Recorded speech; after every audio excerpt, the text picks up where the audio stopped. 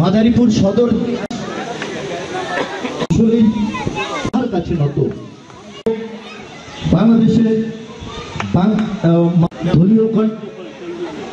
দলীয় আমরা কখনো ভুলব না। অতিথি জনাব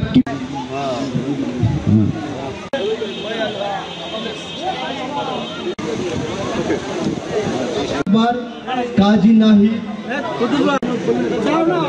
নেতা জসিম ব্যাপারী, এই জন্য জনাব জসিম ব্যাপারী কৃষক লীগের সভাপতি জাকির হাওলাদার।